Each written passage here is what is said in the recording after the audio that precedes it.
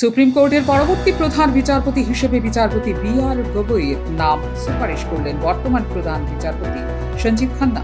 উত্তরাধিকার হিসেবে বিচারপতি গগৈয়ের নাম প্রস্তাব আকারে আইন মন্ত্রকে পাঠিয়ে দিয়েছেন তিনি। আগামী 14 মে শপথ নেবেন নতুন প্রধান বিচারপতি। সুপ্রিম কোর্টের প্রধান বিচারপতি হিসেবে বিচারপতি খান্নার মেয়াদ শেষ হচ্ছে আগামী 13 মে। ওই দিনেই অবসর নেবেন তিনি। নিয়ম অনুযায়ী দেশের প্রধান বিচারপতি তাঁর উত্তরাধিকার হিসেবে সুপ্রিম কোর্টের বয়োজ্যেষ্ঠ বিচারপতির নাম প্রস্তাব করেন। সেই অনুযায়ী আগেই কেন্দ্রের তরফে বিচারপতি খান্নার কাছে পরবর্তী প্রধান বিচারপতির নাম প্রস্তাবের জন্য আনুষ্ঠানিকভাবে করা হয়েছিল অনুরোধ। শপথ গ্রহণের পর বিচারপতি গগৈ হবেন দেশের 52তম প্রধান বিচারপতি।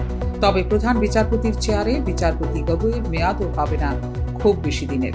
14 মে শপথ গ্রহণের পর থেকে তিনি ওই পদে থাকতে পারবেন 6 মাস। তারপর অবসর নেবেন তিনি। বিচারপতি গগৈয়ের অবসর 2025 সালের নভেম্বর মাসে। মহারাষ্ট্রের অমরাবতীর বাসিন্দা বিচারপতি গগৈ মুম্বাই হাইকোর্টে বিচারপতি হিসেবে নিযুক্ত হয়েছিলেন 2003 সালে। দীর্ঘ 15 বছর সেখানে কাজ করেছেন তিনি। তারপর 2019 সালের 24 মে তাঁকে সুপ্রিম কোর্টের বিচারপতি হিসেবে নিযুক্ত করা হয়। তাঁর বাবা আর.এস. গগৈ ছিলেন সমাজকর্মী। বিহার এবং কেরলের রাজ্যপাল হিসেবেও দায়িত্ব পালন করেছেন তিনি। প্রধান বিচারপতি হিসেবে শপথ নিলে বিচারপতি গগৈ হবেন দেশের দ্বিতীয় তপশিলি জাতিভুক্ত প্রধান বিচারপতি। দেশের প্রথম তপশিলি জাতিভুক্ত প্রধান বিচারপতি ছিলেন কেরলের বিচারপতি কে.জি. বালকৃষ্ণন। 2010 সালে অবসর নিয়েছিলেন কে.জি. বালকৃষ্ণন। ফিউরো রিপোর্ট, নিউজ নাও।